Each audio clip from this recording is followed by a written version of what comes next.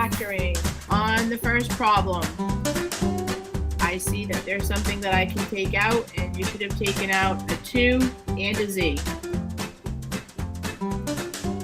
And that leaves 16 z to the 4th minus 1. You should always check and multiply back together. Sometimes students forget the minus 1. And this is the difference of squares. 16 is a square. Z to the 4th is a square. Z squared times z squared would give me z to the 4th. And 1 is also a square. So the difference of squares means that I have the same thing in both parentheses, but the plus and minus sign. If I square root 16z to the 4th, I would get 4z squared. 4z squared times 4z squared is 16z to the 4th. And then square rooting 1, we have a plus and minus. Am I done? Lillian says no. Where do you think I need to keep going, Lillian? This is a difference of squares. Again, this will never factor down. The 4z squared plus 1. The sum of squares will never factor down. And in the homework, some of you were trying to make it factor down. But if you would have multiplied it back together, you would see that your answer was incorrect. So the sum of squares does not factor, but the difference does. The square root of 4z squared is 2z. You want to do that. 2z plus 1, 2z minus 1. What degree is this problem? Garrett? It's a degree 5. And how many solutions should I expect from a degree 5? 5. There'd be 1 right here. There'd be 2 of them here, which are going to be imaginary. There'd be 1 here and 1 here. The next one does say to solve. And so I see, again, I can pull out a 3x. And that leaves x squared minus 16. I have a difference of squares. And so I would continue to do the sum and difference of my difference of squares. 3x times x plus 4, x minus 4, and then solving it.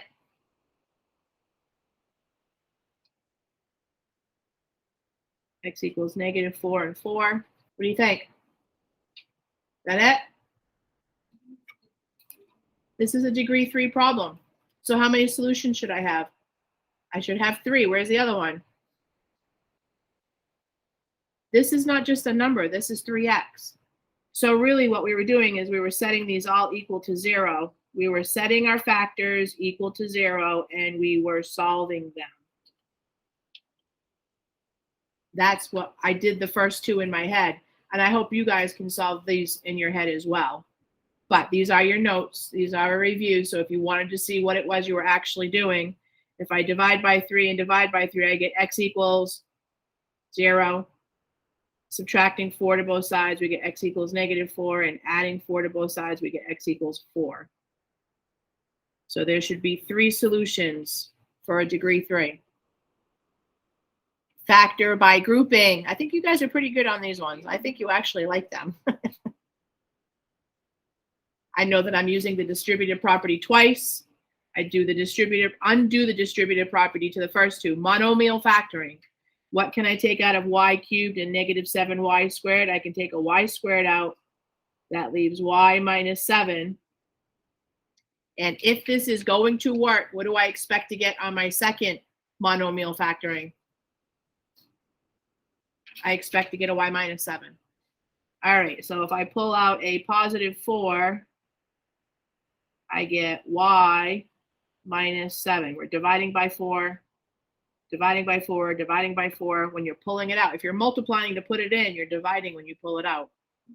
Okay, so how many terms do I have right now?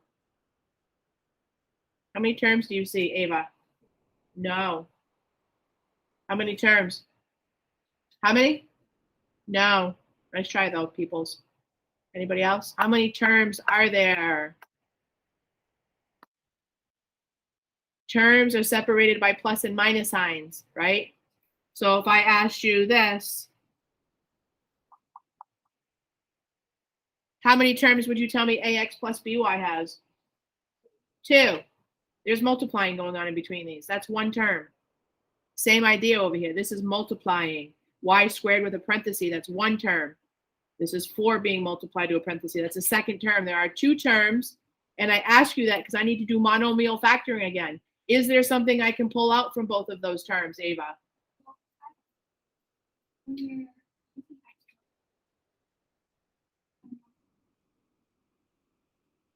So fine, here. How many terms do I have? Still 2, because this is multiplying right here. This is one term. It's still 2 terms. And I'm sure you're doing regrouping fine. I'm just asking you some fine-tuning questions if you're recognizing what's going on in these. They are separated by plus and minus sign. Well, here's the plus sign that's separating them. Not in the parentheses, because that's part of the multiplying. This plus sign right here is separating these 2 terms. This is one term. That's multiplying. I could say that's y squared x. Y squared parenthesis, one term. And I'm not sure that students always recognize that. Okay, so I'm going to do monomial factoring again. From these 2 terms, what do they have in common I can pull out? They have a y minus 7 that I can pull out. And then I write down what's left. What is left? Coats.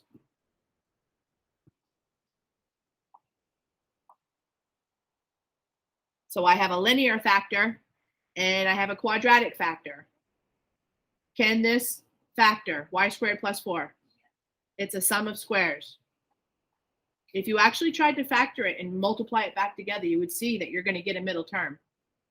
This has no middle term. In the homework, students were trying to factor them, or they switched it and went like this. This is what they got, this step, but then they switched it to this. That's illegal. You only have one y squared plus 4, 1. So to pull it out and say you have 2, fake math. That was fake math. So my final answer is this. Next one, I see a cube. I don't see an x over here to pull out, so I'm thinking they want me to be in cubes. And I'm going to put this step in here just because it was a step that I had skipped a lot. Just want to make sure students are understanding that 4 cubed, x cubed, and then I change it to 4x, both of them being cubed together to have that a term I'm looking for. I see a cubed minus b cubed. A is 4x and b is 5. That's what I'm using in the formula. A is a 4x and b is a 5. And so if you had your formula out so that you can see it, right? This is what we're looking for. A plus b, the sign is the opposite here of what we have. And it is not a 2ab, it's just ab on these ones. Okay, so this equals 4x minus 5. My a minus b, and then my a squared, so I should have 4x squared.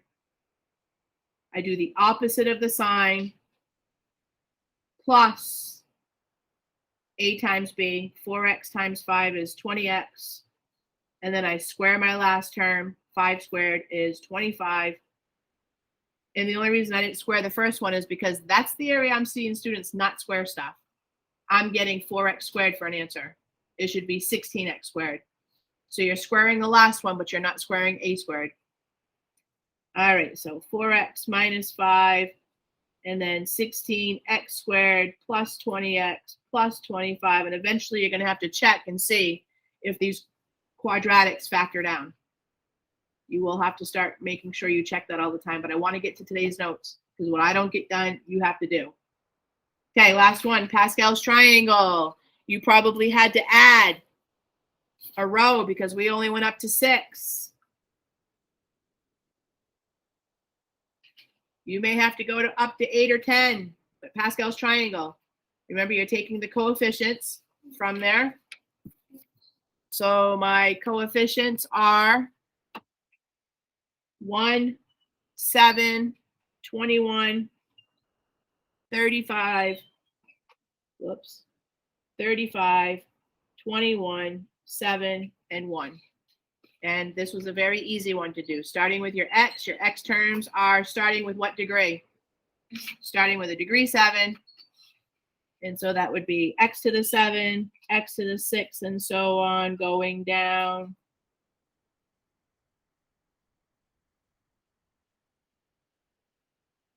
My second term, the exponents are going up. So I start with what? Y to the 0, y1, y2, and so on.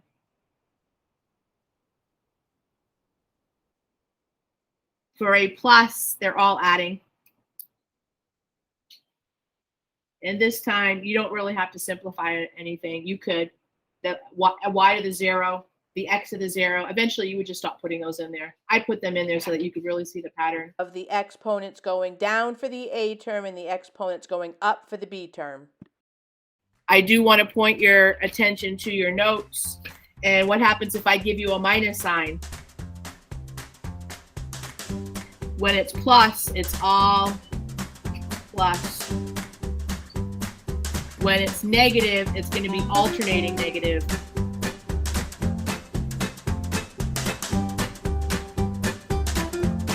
Alternating and then negative first.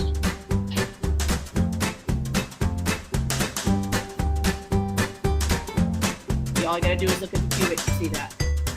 You're like, well, how can the last term be negative? Because it's a cubic. Negative times a negative times a negative.